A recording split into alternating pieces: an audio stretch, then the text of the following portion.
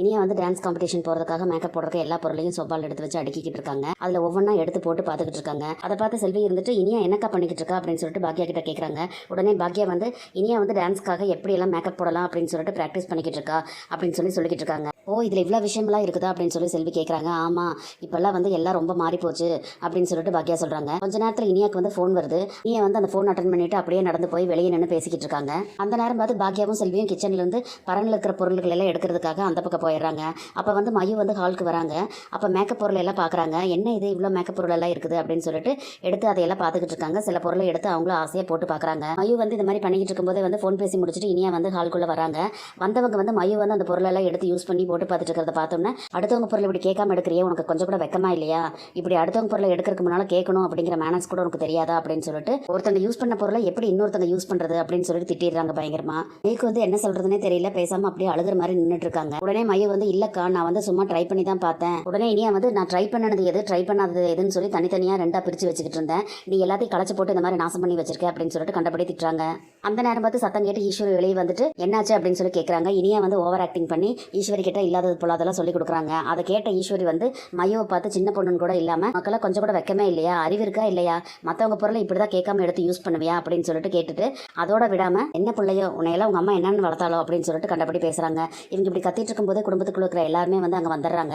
அப்போ பாக்கியா வந்து என்னாச்சு, என்ன விஷயம், ஏன் இப்படி கத்திக்கிட்டு இருக்கீங்க அப்படின்னு சொல்லிட்டு கேட்குறாங்க. உடனே ஈஸ்வரி வந்து இனியாவோட மேக்கப் பொருளை எல்லாம் எடுத்து கீழே போட்டு உடச்சிட்டா. இவ இப்படி அடுத்தவங்க பொருளை கேட்காம எடுக்கலாங்கிற கொஞ்சம் கூட அறிவு கிடையாது, எப்படி சோபா பூரா இதை கொட்டி விட்டுருக்கா பாரு அப்படின்னு சொல்லிட்டு இல்லாததெல்லாம் சொல்லி பழி போடுறாங்க. ஈஸ்வரி அப்படி சொல்றது கேட்டோன்னு இனியாக்கே ரொம்ப அதிர்ச்சியாயிருது. உடனே மயு இருந்துட்டு பாக்கியா பார்த்து ஆண்டி நான் அந்த மாதிரிலாம் எதுவுமே பண்ணல ஆண்டி, மேக்கப் பொருள் எல்லாம் நிறைய இருந்தது, அதனால ஆசையாக இருந்ததுனால 2-3 பொருள் மட்டும்தான் எடுத்து சும்மா லைட்டாக மேக்கப் போட்டு பார்த்துட்டு அப்படியே இருந்த இடத்துலயே வச்சுட்டேன் ஆண்டி, நான்லாம் இந்த மாதிரிலாம் உடைக்கவே இல்லை, எதுவுமே பண்ணல ஆண்டி அப்படின்னு சொல்லிட்டு அழுதுகிட்டே சொல்றாங்க. உடனே கோபி இருந்துட்டு என்னம்மா இதெல்லாம் ஒரு பெரிய விஷயமா, சின்ன குழந்தை தானே விடுங்கம்மா, இதுக்கு போய் இவ்வளோ பெரிய ஆர்ப்பாட்டமா அப்படின்னு சொல்லிட்டு கேட்குறாரு. அப்போ பாக்கியா வந்து இனியா கிட்ட என்ன நடந்தது இனியா நீ சொல்லு அப்படின்னு சொல்லிட்டு கேட்குறாங்க. உடனே இனியா வந்து நான் மேக்கப் போடுற ஐட்டம் எல்லாம் தனித்தனியாக பிரித்து வச்சிருந்தேம்மா, எது ட்ரை பண்ணுற பொருள் எது வந்து அடுத்தது யூஸ் பண்ண வேண்டிய பொருள்னு சொல்லி எல்லாம் பிரித்து வச்சுட்டு போனேன்.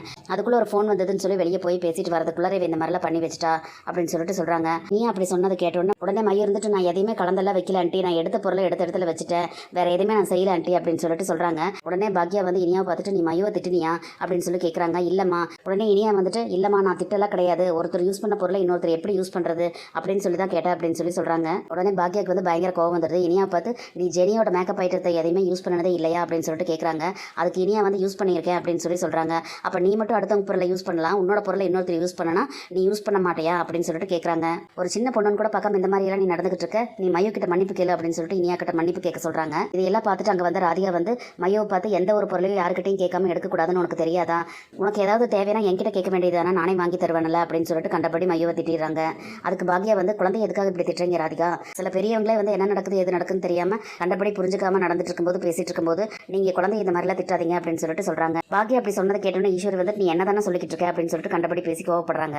அதுக்கு பாக்கியா நான் அப்படிலாம் சொல்லலை, பாக்கியா வந்து நீங்கள் யாருக்கும் ஃபோன் பண்ணுறேன்னு சொன்னீங்களே அப்படின்னு சொல்லி பேச்சை மாற்றிட்டு ஈஸ்வரி அங்கிருந்து அனுப்பி வச்சிடறாங்க. சரின்னு சொல்லி ஈஸ்வரி அந்த பக்கம் போனதுக்கப்புறம் கோபி வந்து பாக்கியாவை பார்த்து நீ எவ்வளோ அழகாக இந்த பிரச்சனையை சால்வ் பண்ணிட்டேன், 2 பேருக்கும் எந்த மனசு கஷ்டம் வராத மாதிரி தீர்ப்பு சொல்லிட்டேன் அப்படின்னு சொல்லிட்டு பாக்கியாவை வந்து பாராட்டுறாரு. பாக்கியா வந்து கோபி திரும்பி அப்படியே முறைச்சிட்டு அவங்கவுங்க வேலை பார்க்கறதுக்கு போயிடுறாங்க. அப்புறம் பாக்கியாவும் செல்வியும் கிச்சனில் வேலை பார்த்துக்கிட்டு இருக்காங்க. அப்போ ராதிகா ஹாலுக்கு வந்துட்டு டிவி ஆன் பண்ணி பாட்டு கேட்குறாங்க.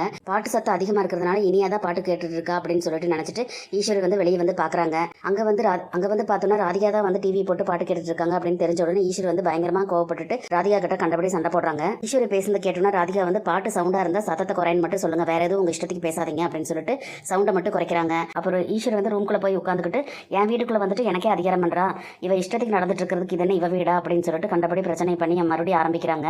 அப்ப ராதிகாவும் பயங்கரமா பேச ஆரம்பிச்சு வாக்குவாதம் ஆயிருது. அப்ப அங்க வந்து கோபி வந்து மா எதுக்குமா தேவையில்லாம பேசிட்டு இருக்கீங்க, சேனல்லேயே சவுண்ட் அதிகமா இருக்குது, இப்ப சேனல்ல சவுண்ட் கம்மியாயிடுச்சு பாருங்க, ரிமோட்ல தான் ஏதோ பிரச்சனை அப்படிங்கிற மாதிரி நாடகம் ஆடுறாரு. ராதிகாவும் மயுவும் இங்க இருக்கிறது வந்து ஈஸ்வரிக்கு சுத்தமாக பிடிக்கல, அதனால ஏதாவது ஒரு குத்தம் குறை சொல்லிக்கிட்டே இருக்காங்க. ராதிகாவும் எவ்வளவோ சமாளிச்சு பார்க்குறாங்க, இல்லை அமைதியாக இருந்து பார்க்குறாங்க, ஆனால் ஈஸ்வரி அடங்குற மாதிரியே தெரியல. கோபி வந்து இதுக்கெல்லாம் ஒரு முற்றுப்புள்ளி வைக்கிற மாதிரி முடிவெடுக்க அப்போதைக்கு சமாளிக்கிறதுக்கு என்ன பண்ணணுமோ அந்த மாதிரி பண்ணிக்கிட்டு இருக்காரு. இனி என்ன நடக்க போகுதுன்னு சொல்லி நம்ம பொறுத்து வந்து பார்க்கலாம். ஃப்ரெண்ட்ஸ், நம்ம வீடியோ பிடிச்சிருந்தா லைக் பண்ணி சப்ஸ்கிரைப் பண்ணுங்க. தேங்க்யூ.